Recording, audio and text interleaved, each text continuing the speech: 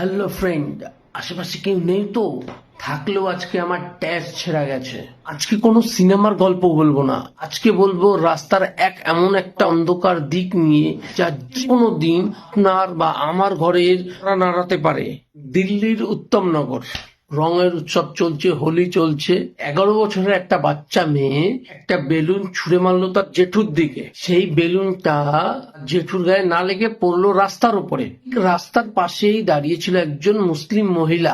রাস্তায় পড়া সেই বেলুনের রঙের ছিটাটা গিয়ে লাগে সেই মুসলিম মহিলার গায়ে। একটা বেলুন যদি রাস্তায় পড়ে, আপনারা প্র্যাকটিক্যালি দেখবেন, যদি রাস্তায় পড়ে কতটুক ছিটা লাগতে পারে গায়ের মধ্যে। সেই মহিলাটা এমন ভাবে রিয়াক্ট করে মনে হচ্ছে তার গায়ে কেউ অ্যাসিড ছুঁড়ে মেরেছে। এটা কি শুধুই রঙের গল্প, নাকি এর পিছনে আছে আসল কোনো ছক? তাই আজকে আমার টর্চ লাইট রিভিউতে আলো ফেলবো, সত্যি বলবো। আর সেই রিয়াকশনের দাম চুকাতে হলো 26 বছর বয়স এক যুবকের প্রাণ দিয়ে। ভাবুন একবার, যে ছেলেটাকে মারা হলো সেই ছেলেটা আদৌ জানে না সে কেন মার খাচ্ছে, কেন তাকে মারা হচ্ছে। সেই মার খাওয়ার রিয়াকশনও দিতে পারলো না, অথচ তার আগে সে তার প্রাণটা হারিয়ে ফেললো। আজকে আমরা বড় বড় কথা বলি, মানবতার জ্ঞান দিই, সেকুলারিজমের কথা বলি, আর আজকে একদল জানোয়ারের বাচ্চাগুলো নিরীহ ছেলেটাকে রাস্তায় ফেলে মেরে দিল। একটা রঙের ছিটকা কি মানুষের দামের চেয়ে আরো বেশি? আজকে ইতালিতে কে মারা গেছে তার জন্য সবাই বুক চাপড়াচ্ছে, আমার মারা গেছে। একজন তো বলছে তার প্রতি এত ভালোবাসা দেখাচ্ছে সে যেন তার ঘরের লোক, তার বাবা মা।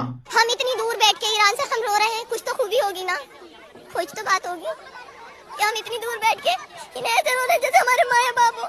আজকে এই যে তরুণ কুমারে পিটিয়ে মারা হলো, তার জন্য কি আপনারা রাস্তায় নামবেন? আপনারা তো দেখছেন টিভি চ্যানেল হোক, সোশ্যাল মিডিয়া হোক, সব জায়গায় ইসরায়েল ইরানের যুদ্ধ হচ্ছে, তার জন্য লোকজনের কান্নাকাটি দেখো সম্প্রদায়। আজকে এই যুবকের মৃত্যুর জন্য কি তারা কান্নাকাটি করবে? তারা প্রতিবাদ করবে?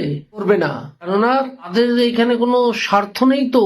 আজকে যারা ধর্ম নিয়ে আছে তাদের জন্য 56টা দেশ হয়ে গেল। যারা সেকুলারিজমের কথা বলছে, ভাইচারা বন্ধুত্বের কথা বলছে, তাদের জন্য একটা রাষ্ট্র পর্যন্ত হলো না। আজকে একটা মায়ের কোল খালি করে দিল এরা। এই জানোয়ার গুলোর আইনের কোনো ভয় নেই।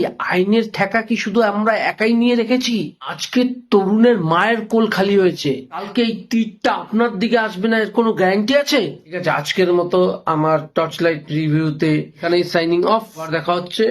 এই ভিডিওটা ভালো লাগে লাইক করবেন, কমেন্ট করবেন, সবার কাছে পৌঁছে দেবেন, যাতে সবাই আগের থেকে সচেতন থাকে। জয় শ্রীরাম।